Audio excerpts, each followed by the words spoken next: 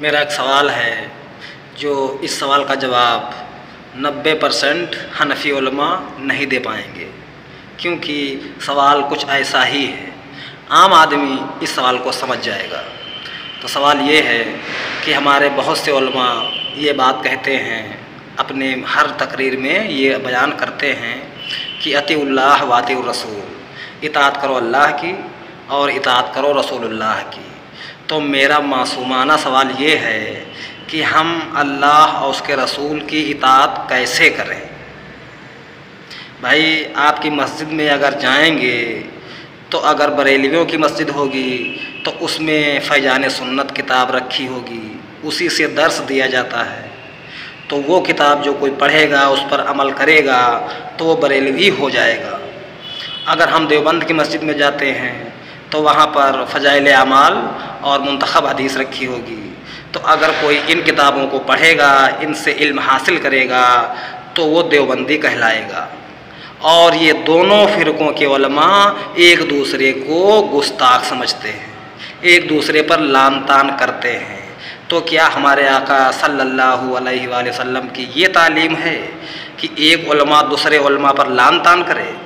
بھیا یہ تعلیم رسول اللہ صلی اللہ علیہ وسلم کی نہیں ہے، یہ تعلیم تو تمہارے بزرگوں اور تمہاری بنائی ہوئی ہے۔ اور جن کتابوں کا درس آپ دے رہے ہو یہ کتابیں ابھی جسٹ 100 سال پہلے لکھی گئی ہیں، کچھ کتابیں تو ابھی 10 سال پہلے لکھی گئی ہیں، ان کتابوں سے درس آپ دے رہے ہو۔ اور جو رسول اللہ کی تعلیم ہے، جو دین ہے، وہ دین تو قرآن اور حدیث میں موجود ہے، صحابہ کرام کا قول تو حدیث کے اندر موجود ہے، اور حدیث کی کتابیں آپ 90% مسجدوں میں جا کر دیکھ لیجئے ہیں ہی نہیں۔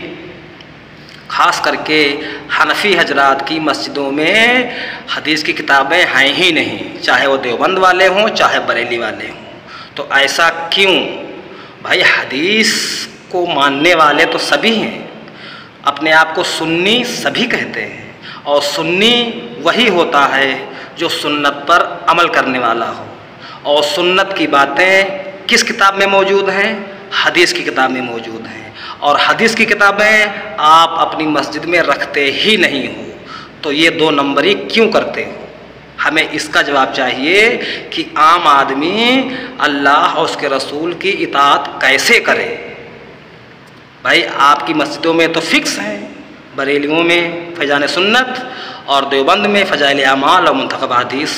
تو یہ حدیث کی کتابیں اللہ نے اپنے نیک بندوں سے جو ایک جگہ جمع کروائی ہیں، اور وہ حدیث کی کتابیں آج دکان میں موجود ہیں، اور ان کی قیمت بھی بس 2-4 ہزار روپیہ ہے، تو وہ کتابیں مسجدوں میں کیوں نہیں رکھی جاتی؟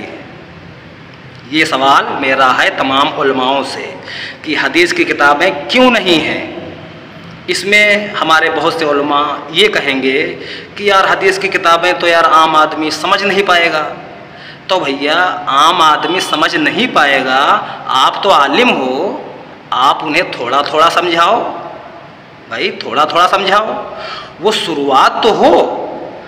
بلکہ کسی بھی مسجد میں جا کر دیکھیے، حدیث کی جو مین کتابیں ہیں، صحیح بخاری شریف ہو یا صحیح مسلم شریف ہو یا جامعہ ترمذی ہو یا سنن نبی داؤد ہو، اور بھی کتابیں ہیں حدیث کی، یہ کوئی کتاب ہیں ہی نہیں، کوئی رکھتا ہی نہیں ہے۔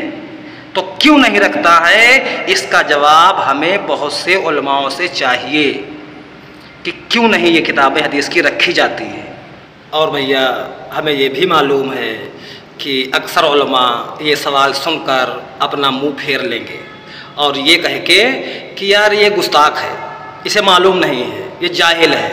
تو چلو میں جاہل ہوں، ٹھیک ہے، آپ جاہل کا فتویٰ لگاؤ گے، ٹھیک ہے، لیکن یہ جو حدیث کی کتابیں ہیں یہ مسجدوں میں کیوں نہیں رکھتے ہو؟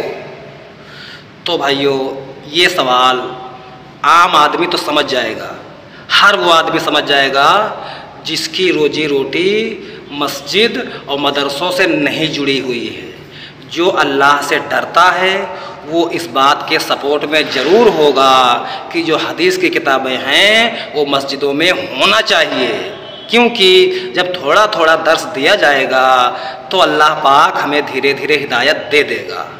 تو یہ عام آدمیوں کے لیے خاص کر کے ہے کہ اگر ان کی سمجھ میں یہ بات آئی ہو تو اس ویڈیو کو لائک شیئر سبسکرائب ضرور کیجیے اور اس توحید کی دعوت کو تمام بھائیوں تک پہنچائیے۔ السلام علیکم۔